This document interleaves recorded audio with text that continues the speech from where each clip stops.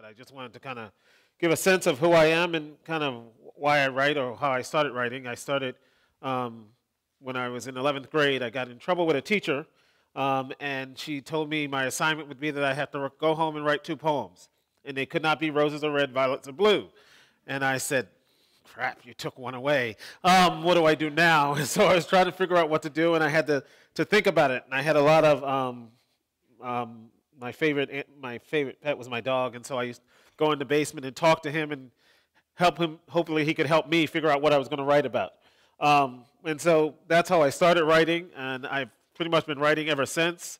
But the double take piece for me. So I work here at the college. I'm with security and Greek life, and I have 7 children. Okay, and the oldest is 27, and the youngest are twin boys that are 8. Okay, and so first off, there's a great space there, so there's a double take in parenting in and of itself. They also are very different in nature. I have 5 boys and 2 girls. Okay, and my oldest is a very quiet young man who went to school at Ohio Wesleyan, and my twin boys, well, the poem actually is about a day I spent, or a morning I spent with them. In particular, they are 8 years old, 8.5, I should say, sorry, because they would yell at me for calling them 8 when they're 8.5. Their birthday is in May, and they count it down. But they are 8.5 years old. Well, they were born 3 months early. And so the bigger of the 2 of them was 2 pounds, 5 ounces when he was born. And his twin brother was 1 pound, 2 ounces when he was born. And so I had never experienced that at all, and I wasn't sure what to do, and they spent 19 weeks in the NICU unit in Cleveland. In fact, when we went to a doctor's appointment, is how they get born. We went to a doctor's appointment, and the doctor said, I could do more for them out of you than in you, so we're going to get them. And I was like, okay, wait, we're a little early here. What's going on? And so the one particularly that inspires a lot of my writing is on the autism spectrum. And so very bright, very smart, but also a challenge. I am a great deal, I have a lot of OCD in me. I like things very orderly and like things a great deal in place, and that is not Gabriel by any stretch. So one day I came home, for example, and Gabriel had taken a container of blue paint and poured it over himself and the carpet and the dresser, and it was ugly.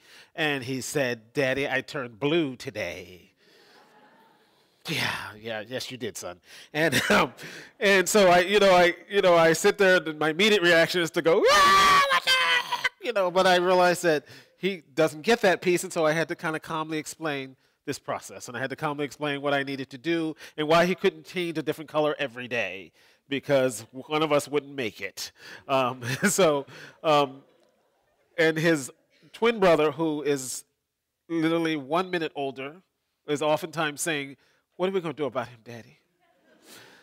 Now, I have a 17-year-old and a 15-year-old, and the double take piece on that is the 17-year-old was often saying that about the 15-year-old. So, it's one of those things. One day they had, when they were younger, they had the 15-year-old, he at the time was 4, he had chocolate pudding for breakfast, and he was all excited. He went down and got his own breakfast, and he had chocolate pudding for breakfast, and I, of course, said to him, what are you doing? And so, of course, he denied having chocolate pudding for breakfast. I didn't have it. And so I'm like, okay. And I'm like, this is going, okay, you sit there. I'm going to figure about this. And then I called him over, and I'm like, Adam, I think you did have chocolate pudding for breakfast. Look at the chocolate on your lip. And he went, I don't know what that is, but it's not chocolate pudding. I didn't have it. And I went, son, just tell me the truth. That's all I need. And he was like, but Dad, I didn't have it. So I made him sit down again. And I was thinking about this, and I'm, busy working, and he's humming, going, like this timeout meant nothing to him. And, of course, it meant a great deal to me. And so then I said to him, I took off my belt, and I said, okay, if you don't tell me the truth, I'm going to hit you with my belt. And he looked at me, and he said, do what you have to do, Daddy, but I didn't have chocolate pudding for breakfast. Of course, now I started to doubt, maybe he didn't, and I'm just making this up. So anyway, as I deal with, raising my children, and my wife, when the twins were born, they were premature, and so she stopped working. And so recently, in the past year and a half, she started working again. And some mornings, I have to stay home and take them to school at 9 o'clock while she goes off. She drives to Cleveland to do teaching. She teaches theater to kids with autism in a school a couple days a week. And so I was with the joy of having to stay with them in the morning and get them ready. And again, my organizational structure and my OCD, and she does things very different than I do, of course. So this particular day happened to be, coincidentally, the first snowfall of this winter. We've had a lot of them, so y'all can imagine. But the first snowfall of this winter was the particular day that she actually had to go to work and I had to take them to school. And they were all excited, of course, because they're 8.5 and they get excited about the snow, unlike those of us with sense. So that's pretty much where this poem kind of came about, and so I'm going to read that to you and then tell you the outcome, whatever. So I need reading glasses, sorry. So the first snowfall of the winter, such a joy to see. It brightens up the dreary streets and makes our children happy. I am preparing 2 boys for school, and they are too excited. My patience is truly being tested. Mom's help is needed.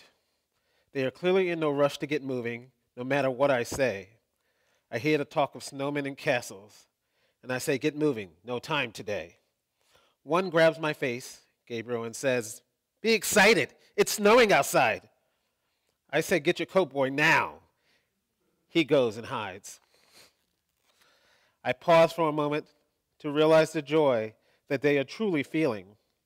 They step into every snowy hill that they see, even though my patience is reeling.